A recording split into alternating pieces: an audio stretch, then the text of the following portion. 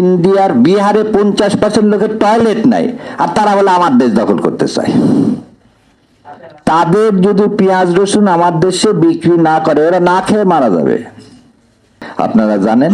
আর এদিকে কুষ্টিয়ার, তাহলে 3টা লোক 16 কোটি না 18 কোটি লোকের ভাগ্য নিয়ন্ত্রণ করতেছেন। আপনি তো ইন্টারন্যাশনাল রাইস রিসার্চ ইনস্টিটিউটে ইরি ধান থেকে শুরু করে বিভিন্ন ধান দিলেন বলে এখন 7.5 কোটি লোক যেখানে না খেয়ে থাকতো, এখন 18 কোটি লোক না খেয়ে থাকে না। তাহলে কৃষিবিদ আপনার কাজটা করছেন, কোন পর্যন্ত করলেন? উৎপাদন পর্যন্ত। বিপণন ব্যবস্থা কি করবে? বিপণন ব্যবস্থাটা কে করবে? আপনি অটোমেটিক রাইস মিল দিলেন, অটোমেটিক রাইস মিল একটাও চলতেছে না এখন। আপনি ধান ক্রয় করবেন, সরকার গোডাউন আছে, খুব ভালো কথা। আম হয় এখন নওগাঁতে, প্রচুর আম। কাঁঠাল, এখন কাঁঠাল গরুকে দিলেও খাচ্ছে না। এই কাঁঠালটাই যদি 6 মাস পর মানুষের হাতে দেওয়া যেত তাহলে কি হতো? এই আমটা যদি 6 মাস পর মানুষের হাতে দেওয়া যেত তাহলে দ্বিগুণ টাকায় পাওয়া যেত না? 6 মাস পর এই ইউনিমার্টে কি থাইল্যান্ড থেকে আম আর কাঁঠাল আসে। তাহলে আপনি সংরক্ষণেরও কোনো ব্যবস্থা করছেন না।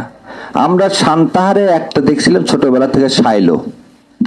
সান্তাহারে আপনার যদি কেউ ট্রেনে চড়ে যান তাহলে ডান পাশে দেখতে পাবেন শাইলো ছিল।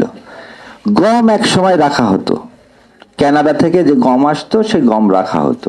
আমরাও দেখছি গম সয়াবিন এগুলোর হতো শাহগলা স্টেশন থেকে শুরু করে একদম আব্দুলপুর পর্যন্ত।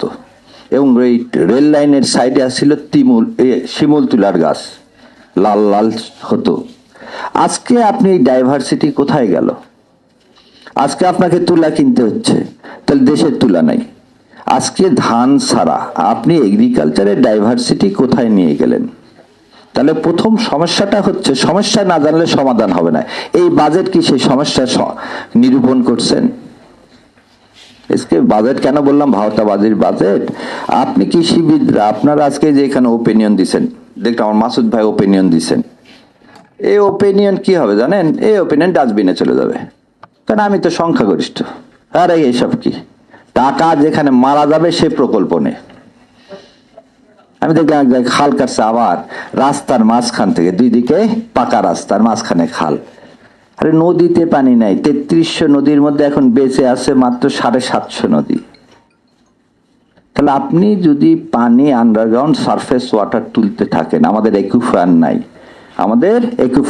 আমাদের পানি ধরে রাখার কোনো ব্যবস্থা নাই। এই দেখেন পাংশা বলতেছেন আপনি বাদ করবেন, এটা একটা ব্লাফ। টাকা দিবে কে? আপনি যেখানে তিস্তায় বারবার বলা হচ্ছে, তিস্তা প্রকল্প কি? এটা শেষ প্রকল্প। এটাই তো আমাদের কি আপনাদের এই আসল আজকের যেটা বলা হচ্ছে এই ভূমি মৎস্য পানি সম্পদ, এটার মূল কারিগর কি? ওখানে 12 বিলিয়ন ইউএসডি চায়নায় ইনভেস্ট করতে চাইছে এবং সে চুক্তি রেডি, আপনি খালি সাইন করবেন। আপনি সাইন করলেন না। আপনি চায়না সফরে যাচ্ছেন, দেখেন নাটক কাকে বলে।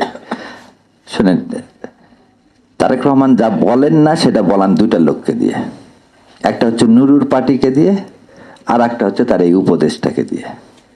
সেজন্য উপদেশটাকে পাঠালেন ইন্ডিয়াতে, আমি তো চায়না যাচ্ছি, ওরা যেন রাগ না করে। ইন্ডিয়া বললো ঠিক আছে, একটু বসায় রাখি, আমরা একটু রাগ করছি, বেশি করিনি, কিন্তু চুক্তি করে আসলে কি তার ঢুকতে দিব না।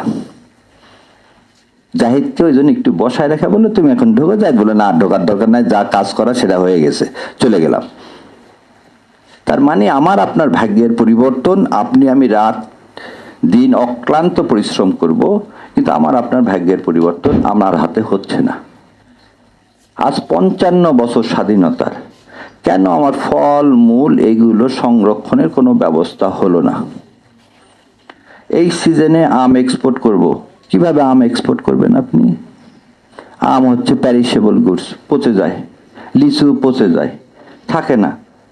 আপনি কিভাবে, আপনি তার জন্য কোনো পদক্ষেপ নিলেন 55 বছরে? আপনি পেঁয়াজের কথা বলেন, রসুনের কথা বলেন, আদার কথা বলেন। জানেন ইন্ডিয়ার বিহারে 50% লোকের টয়লেট নাই, আর তারা বলে আমার দেশ দখল করতে চায়। তাদের যদি পেঁয়াজ রসুন আমার দেশে বিক্রি না করে, ওরা না খেয়ে মারা যাবে। তা আমরা কেন নিজেদেরকে পরনির্ভরশীল করতেছি?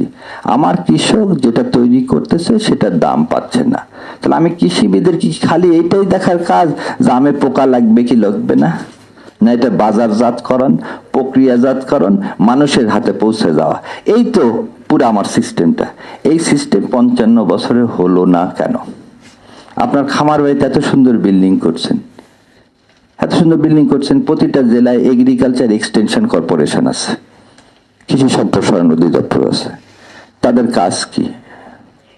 বিপণন, বাজার ব্যবস্থাটাকে না সেটা আর এক জায়গায় দিয়ে দিচ্ছেন। তাহলে আপনি আপনার মন্ত্রণালয় চালানোর কোনো কি নাই, সুষ্ঠু পরিকল্পনা নাই। কৃষির আন্ডারে থাকতে হবে ল্যান্ড ব্যবস্থাপনা, কৃষির আন্ডারে থাকতে হবে জমির কিভাবে আপনি বন্টন করবেন তার ব্যবস্থাপনা। যেমন না একটা জিনিস বলে দিই আপনাকে, ল্যান্ড রেজিস্ট্রেশন। ল্যান্ড রেজিস্ট্রেশন হচ্ছে কার আন্ডারে? ল মিনিস্ট্রির আন্ডারে। তো ওই যদি জমি রেজিস্ট্রি করবে, ও তো আপনার কথা শুনবে না, ভূমি মন্ত্রণালয়ের কথা। ও বলতেছে আমি আমার টাকা দিয়ে এখানে আমি ট্রান্সফার নিয়ে আসছি রেজিস্ট্রি সাহেব, আমার কাজ হচ্ছে টাকা তোলা। আপনি একটা জিনিস খালি উদাহরণ দিই, একটা জমি কিনতে যাবেন, তিনজন যদি তিনটা সার্টিফাইড কপি নিয়ে যায় জমা দেন, তিনটাতে সিল দেয়, তখনই যদি আপনার হাতে দিয়ে দেয়, তাহলে আপনার অরিজিনাল কপি পাওয়ার জন্য 2 বছর বসে থাকতে হবে কেন? এই এখনই সলিউশন দিয়ে দিলাম, যে যে কিনবে সে, যে বিক্রি করবে সে, আর একটা কপি রেজিস্ট্রি অফিসে বালাম বুকে তোলার জন্য, এই 3টা কপি তৈরি করা হবে। মানে আপনি 3 সেট স্ট্যাম্প কিনবেন, 3 সেট স্ট্যাম্পে একই সিল একই সময় পড়ে গেল, যে যে বিক্রি করলো তাকে একটা দিয়ে দিলেন, যে কিনলো তাকে একটা দিয়ে দিলেন, বালাম বুকে একটা এন্ট্রি হয়ে গেল। আপনার কি করতেছে?